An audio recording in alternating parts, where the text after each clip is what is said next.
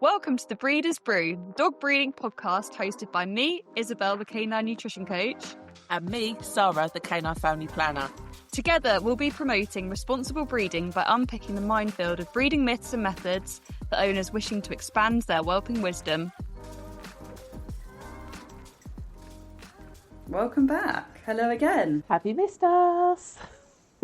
It's been a whole 24 hours. No, I haven't. Or actually, maybe I have. We're only been doing short episodes this time. Maybe you're desperate for a bit more of us in your ear hole.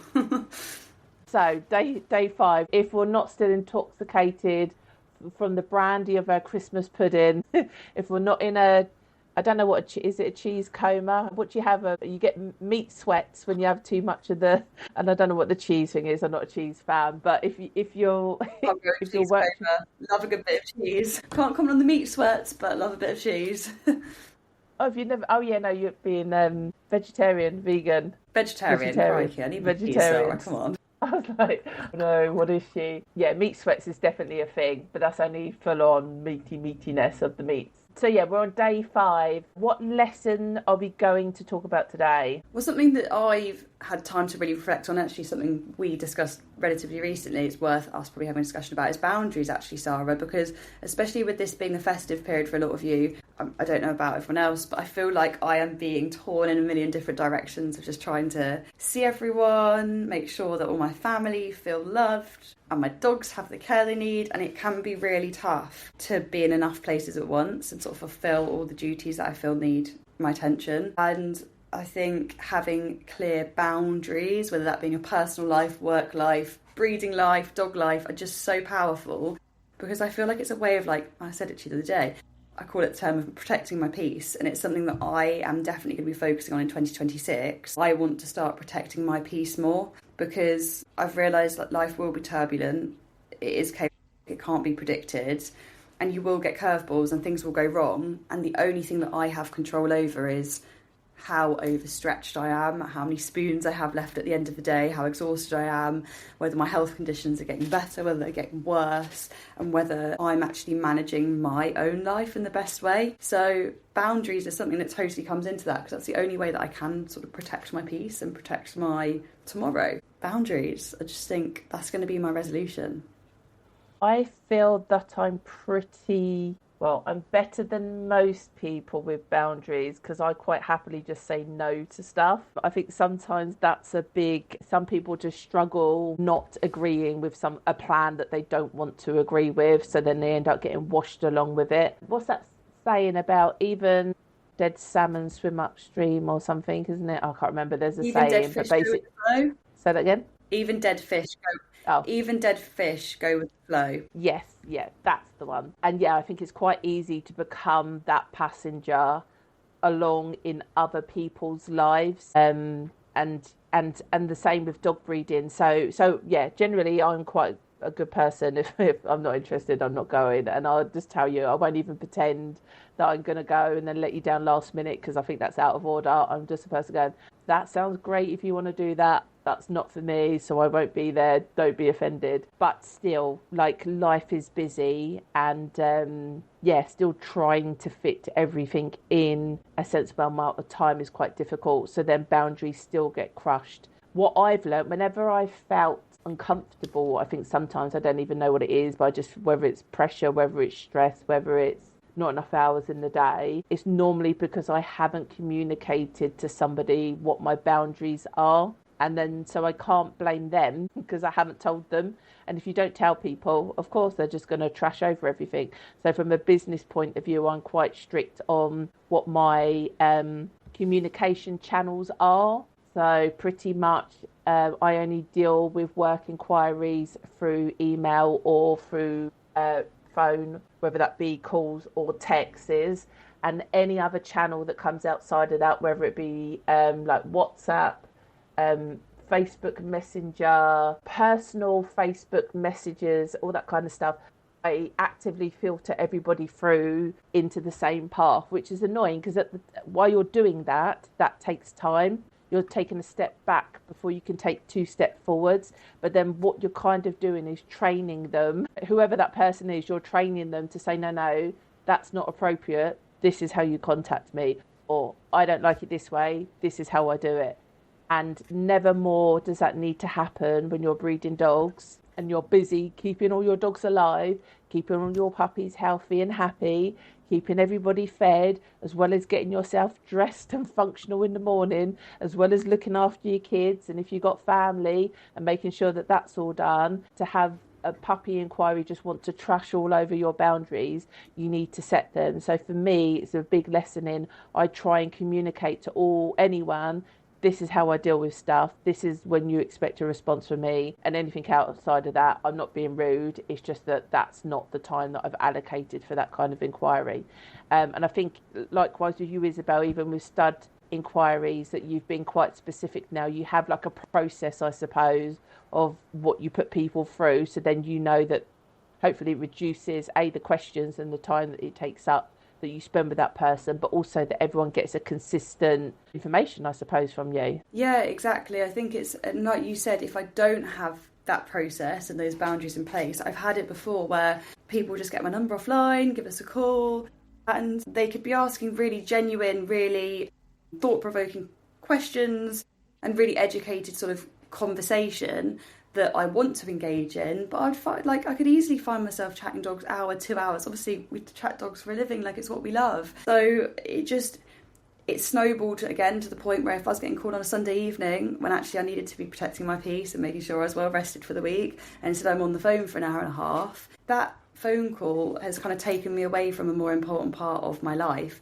For somebody that actually may have never had any intention of proceeding with their breeding journey any further with me or my help, they might have just known that I was a good source of information and kind of got like a free 4 hour, like a free full 4 times length consult out of me at like 9 o'clock at night on a Sunday. I don't allow consult calls to be booked on a Sunday because that's my day off, and like that's when I'm protecting myself. So it's like, it's just been interesting seeing how I never thought I would need boundaries in place being a stud owner, but I now have realised I do. Otherwise it does implicate my family life and my home life. So that's been a massive lesson learned this year, and like you said, I hope it's to the benefit of the bitch owners as well, because I now know loads more information about them before I even pick up the phone and have the conversation, because they've provided me a ton of information through a vetting form, which means I can give them more personalised advice when we're actually speaking, because I'm not having to ask all the questions. And I also know whether they are in a position really to proceed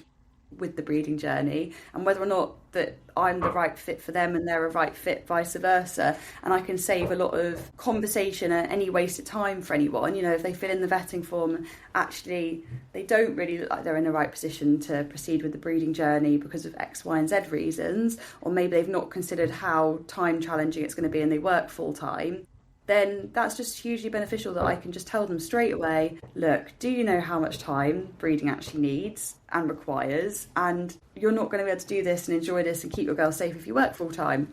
That's a 5-minute conversation. Whereas before, we could have been on the phone for a full hour before I even found out that they worked full time, and that we've gone round all the houses, hour and a half later, to then say, actually, do you know what, breeding isn't a good idea. So I just feel like the level of help I'm able to give people is also hugely improved, and I'm giving everyone like a fair chunk of the pie. Like, I'm giving everyone a fair piece of me. Like, I'm not giving somebody 2 hours on the phone just because they called me at a really convenient time, but then because somebody else has inquired at 10 o'clock on a Monday that really doesn't suit me, that they're only getting 2 minutes of my time. Like, that's not how this works anymore. So I just feel that by putting a process in place and establishing those boundaries, e.g. if you'd be interested in using my stud, you must complete a vetting form, then we can have the conversation. It sets those expectations, and they're not trying to call me at 8 o'clock on a Sunday night before they filled in the vetting forms. Highly recommend it to anyone with a stud dog, and have a think about actually if inquiries and cries for help and advice are starting to impact on your personal life and your boundaries. If you haven't set those out, then how does the bitch owner know that they're crossing them? So I definitely recommend having processes in place to anybody. I just think it's so helpful because it gives you the confidence to vocalise how you expect something done if there is a process. And also it becomes apparent when you get someone that you're like, oh, this feels off, this doesn't feel right. And when you normally reflect on it, it's most likely because you haven't put them through your process of how you deal with that type of inquiry. So then it just emphasizes to you more. That really does work. So I need to make sure that I do that all the time for everybody, because it's easy to slip into habits, and you say you accidentally pick up the call because you thought it was somebody else and now you're on the phone. And rather than saying to them, yeah, that's cool, I can totally help you, but first of all, you need to fill out the form. And then we'll get back to you and we'll book something in. You end up having an hour conversation that you've just wasted of your time, because then you never hear from them again or whatever. Once you've tried to put, and it does, all of this takes a little bit of effort and a little bit of time, but you just do something and then just keep tweaking and improving it, rather than you wanting it to be perfect from the beginning, because that's impossible. When I think about my email series that I have for any of my puppy inquiries, which I think now is probably like 25 emails long, maybe even longer. That didn't start off that way. It started off with 2, then it grew to 3, then it grew to 7, and then it to 14, and then to 21, and then I had to rewrite them all again because stuff had changed, and now they're a masterpiece. No, they're not a master. Even now they're not right. I still had someone message, oh, that link's broken. Oh yeah, you're right, because actually I've gone and totally changed my website to make that even better, and I hadn't updated my emails and all that kind of stuff. So it is a constant improvement.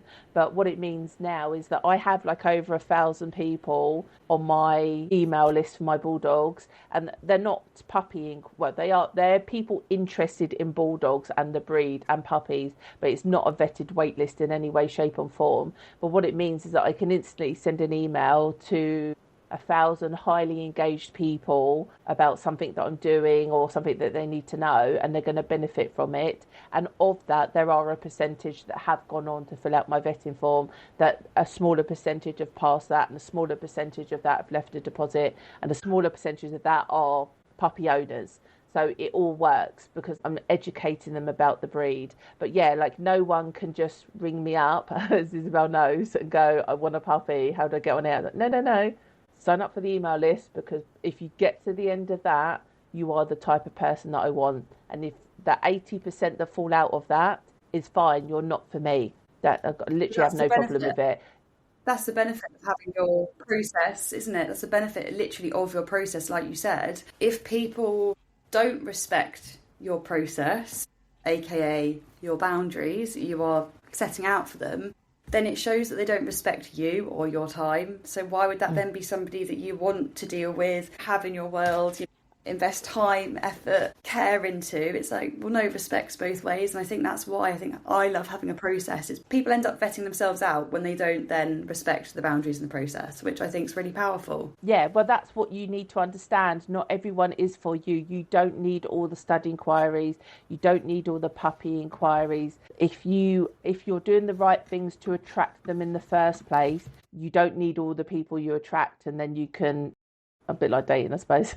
You can bin off the ones that you don't like. But yeah, so I think that's the lesson that we wanted to share with you guys, is think about what boundaries do you set. We've given examples for personal life as well as dog life, and dealing with people, and whether it's friends, family and that kind of thing. But just think about, where are your boundaries, and where do you feel that they're most encroached on, I suppose. I think I heard it once explained as like, it's a garden fence, but it's not permanent. It can be different heights for different people, and sometimes you might even have a gate in there to let some people through or not. So you just got to think about, what are the boundaries? Who are the people that I want to go through it? Who are the people that I don't want to go through it? And what can I do? What kind of process can I set up that can do that? And say you don't want it to be overly complex, but if you start simple and then just keep on tweaking and revising it, I guess it would be one of those, like the typical, when people come up with all their New Year's resolutions, maybe you don't come up with New Year's resolutions, you just look at what your existing processes are and you think, how can I improve those? Because that will naturally improve your quality of life and your lifestyle going forward. So it doesn't always have to be reinventing the wheel. Sometimes it's just tidying up what you're already doing. Absolutely. I completely agree. That's all I've got to say for this day as well. Yeah, exactly. And I mean, as I said, that's something I'm taking into 2026, that's for sure, because I just think there is a finite amount of energy, resource and you to go around. And the busier life gets and the quicker the pace picks up and the more political changes we're seeing across the world, it's exhausting. And I just think whether you've got chronic illness or not, it doesn't matter. The whole principle is you have to keep yourself well in order to give your family and the dogs in your life the top level of care, love and support that they deserve. And if you're not well, then everybody else suffers too. So I think the most important thing that you can do for your family and your home and your dogs is keep yourself well. So that's certainly something that I will be working on in 2026. Start as we mean to go on. All right, well, hopefully that chat was valuable for some of you, and maybe you might be having a bit of a think about how things can change for you next year. And I'll be certainly going away and reflecting on some other lessons that I've learned this year. And we'll be back again tomorrow. See you later. Bye.